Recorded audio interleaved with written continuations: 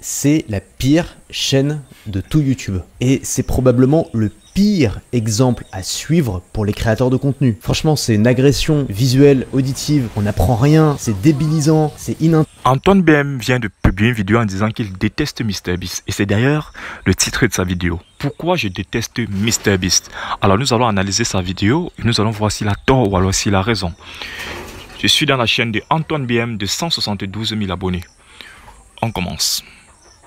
Intéressant, c'est pas inspirant. Et voilà le nouveau record du monde du dentifrice d'éléphant le plus énorme. Et c'est pour ça que ça marche. Ça fait appel à nos instincts primaires. Un bébé, on lui agite un hochet qui fait du bruit et qui clignote devant les yeux.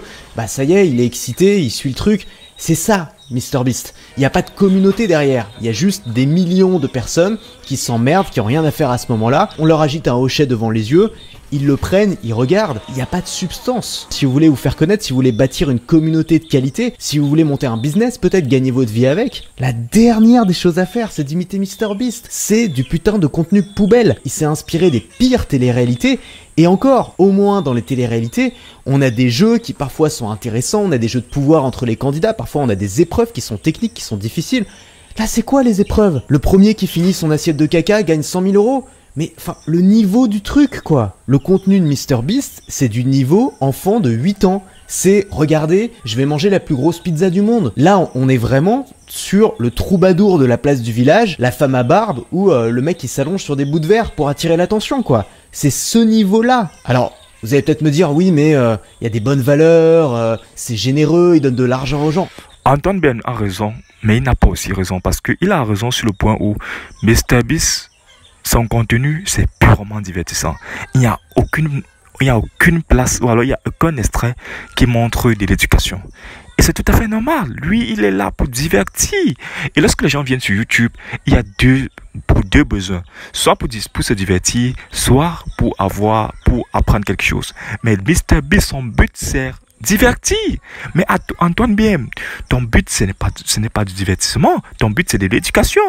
Et c'est la raison pour laquelle tu as très peu de vues.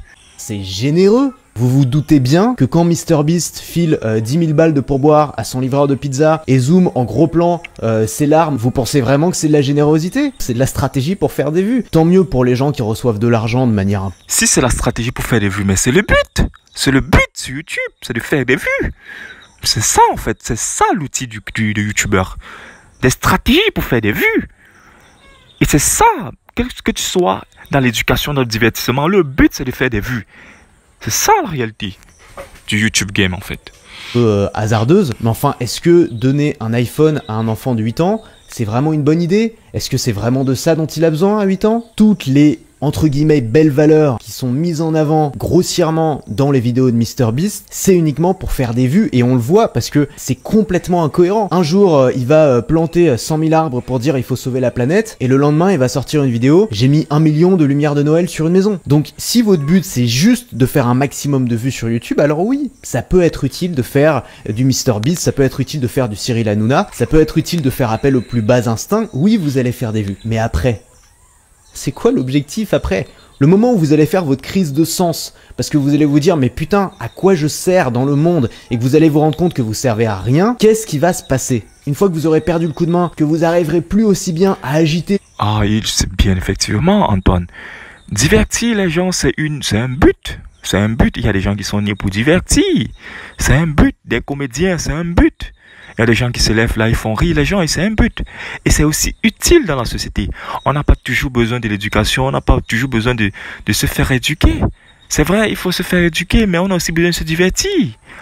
De se déstresser en fait. Le contenu de MrBeast, c'est pas du contenu de qualité. C'est de la junk food. Et d'ailleurs, c'est pas pour rien que le seul produit que MrBeast a trouvé à vendre, c'est des putains de burgers et de frites dégueulasses. C'est parce que c'est le seul truc qu'il peut vendre à son audience. De la malbouffe. Alors, je précise que malgré tout ce que je viens de dire, moi j'ai du respect pour MrBeast. J'ai du respect pour ce mec-là parce que c'est un entrepreneur, parce qu'il est incroyablement compétent dans ce qu'il fait, et ça on peut pas lui enlever. C'est probablement le meilleur pour faire des vues sur YouTube, et c'est vrai que quand tu regardes une de ses vidéos, c'est tellement optimisé qu'on peut pas ne pas être respectueux face à ça. Mais jamais j'aurais envie de regarder ses vidéos, parce que j'ai pas envie d'être mis sous perfusion de junk food parce que j'ai envie de faire quelque chose de ma putain de vie. Et qu'il y a tellement de contenu plus intéressant, plus inspirant, plus poétique que j'aurais juste l'impression de perdre mon temps. Et si vous voulez vraiment vous inspirer d'un gros créateur, d'un créateur qui a eu beaucoup de succès sur YouTube, bah prenez par exemple Casey Neistat. Il fait évidemment du divertissement, il est très doué pour ça, mais c'est aussi un poète. Ses vidéos, elles sont belles, elles sont inspirantes, elles sont authentiques. Elle partage de belles valeurs, il parle d'entrepreneuriat, il parle de famille, de voyage, de liberté, d'ambition. Il donne envie aux gens de se bouger. C'est l'anti-MrBeast. Et je soutiens Antoine BM sur ce point-ci. Waouh, Casey Neistat, non, il est trop fort.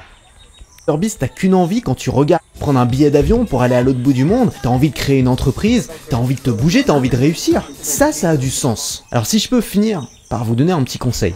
Faites quelque chose d'utile. Les créateurs qui font des crises de sens et qui finissent en burn-out, c'est souvent, pas tout le temps, mais c'est souvent des créateurs divertissement. Et c'est pas pour rien. Donc si vous ne voulez pas avoir à vous poser cette question, apportez de la valeur aux gens d'une façon ou d'une autre. Ça peut être en les faisant rêver, ça peut être en leur enseignant. Bon, je pense que divertir des gens, c'est aussi une valeur.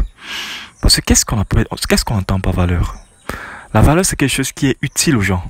Et je pense qu'il y a des gens qui rentrent du boulot fatigués, ils sont très fatigués, et ils se couchent, ils s'asseyent sur le canapé. Ce qu'ils veulent, c'est de se divertir d'abord, en fait. Et je pense que s'il tombe par, il prend son téléphone et regarde une vidéo de MrBeast, c'est aussi une valeur apportée. La valeur n'est pas seulement ce qui est utile, c'est l'éducation, non. Même le divertissement, c'est une valeur. C'est une valeur.